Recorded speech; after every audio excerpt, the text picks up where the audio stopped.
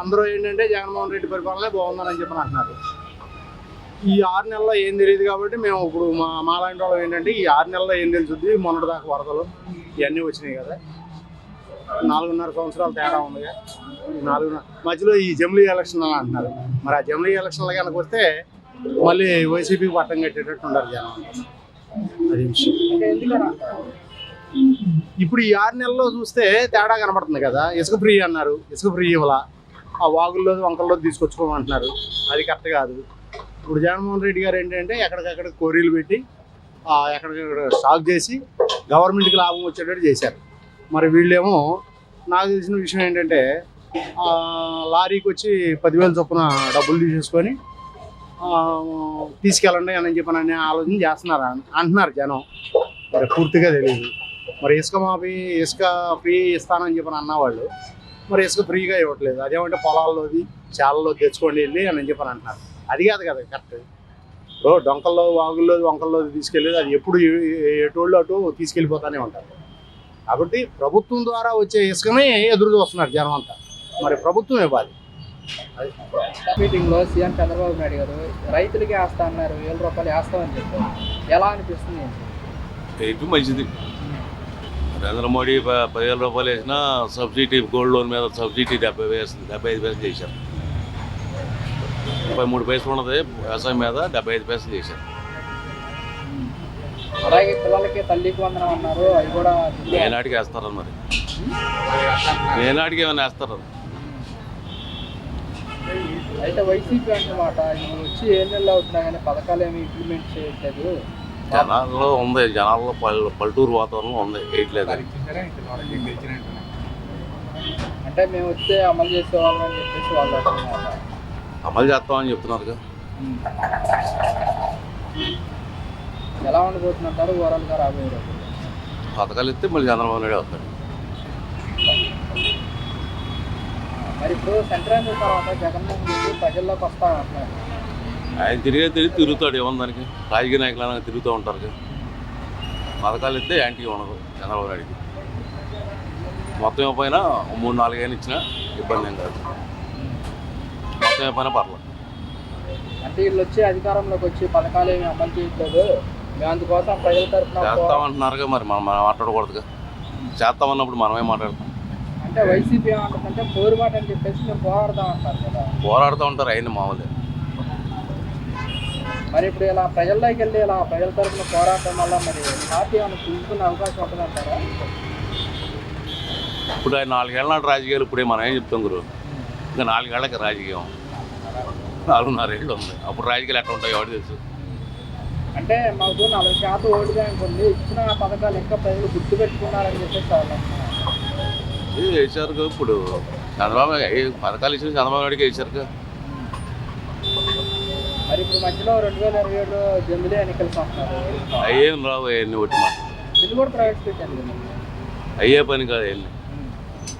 వరుసగా గెలిచాను, 4వసారి కూడా నేనే గెలవాలని నరేంద్ర మోడీ గారు అంటున్నారు. నరేంద్ర మోడీ గారు మరి జిఎస్టీలో ఓపెన్ చేస్తున్నాడుగా. పాలకారు అమ్మితే 1,18,000 జిఎస్టీ అంట. మరి ఆయన వస్తాడో మరి కాంగ్రెస్ వద్ద ఎవరు తెలుసు. కారుకి 1,18,000 అంట జిఎస్టీ. సబ్సిడీ ఎత్తేసాడు, 5 ఏళ్ళు అవుతుంది. బంగాళు గోల్డ్ లోన్ మీద 33 పైసలు ఇచ్చేవారు కాంగ్రెస్ వాళ్ళు. ఈయన 80 పైసలు చేశాడు.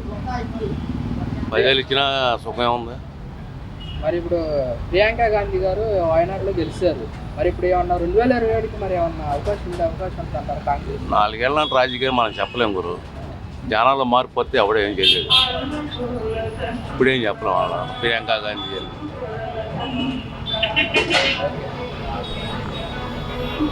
ఎలా ఉంది కూటమి పరిపాలన? ఎలా ఉంది పరిపాలన? ఎలా ఉంది కూడా నాకు తెలియదు.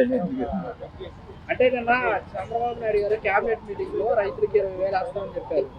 అది నిన్న ప్రకటించారు, వేస్తాము పిఎం కిసాన్ నరేంద్ర మోడీ వదిలిన తర్వాత అవునవును చెప్పారు. ఎలా అనిపిస్తుంది రైతులకి? ఈయనైతే చేస్తారేమో అని అనిపిస్తున్నాను. చంద్రబాబు నాయుడు చేయొచ్చు అని అనుకుంటున్నాను. అలాగే విద్యార్థులకి తల్లికి వందనం అన్నారు, అది కూడా నిదానంగా స్లోగా చేస్తారేమో. ప్రస్తుతానికి అయితే ఇబ్బందులు ఉన్నాయి కదా, స్లోగా చేస్తారని అనుకుంటున్నాను.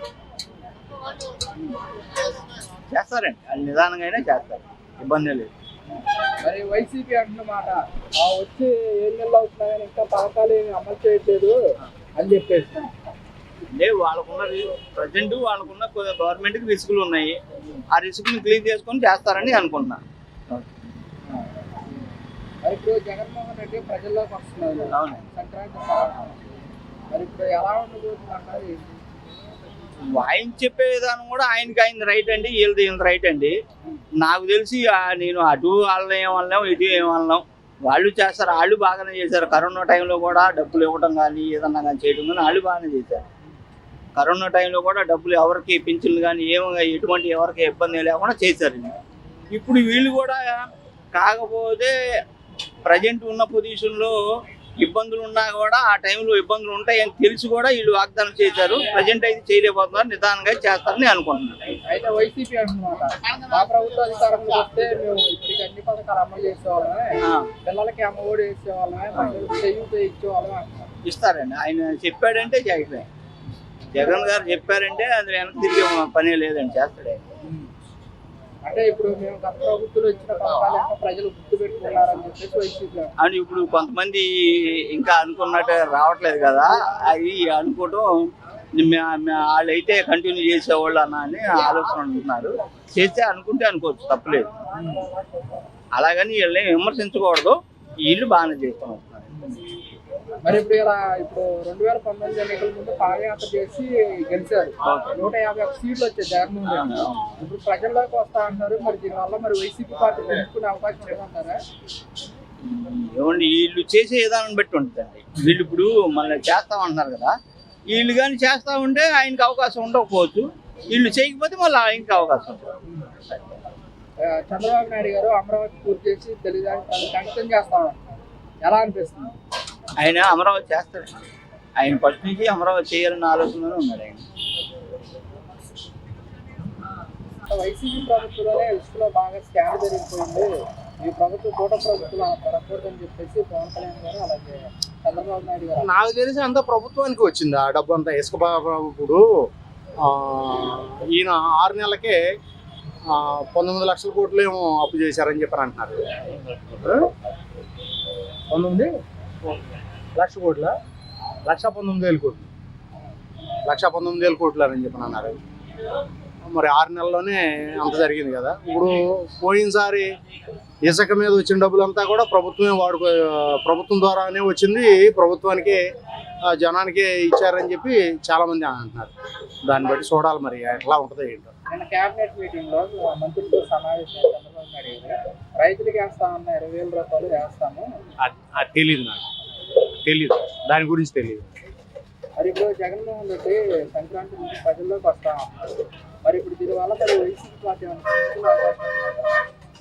వైసీపీ పార్టీకి ఎప్పుడు ఓట్ బ్యాంక్ ఉందండి, ఓట్ బ్యాంక్ ఉంది. ఏంటంటే అధికార్యాల వల్ల చంద్రబాబు గారు వచ్చారని చెప్పి అంటున్నారు జనం అంతా.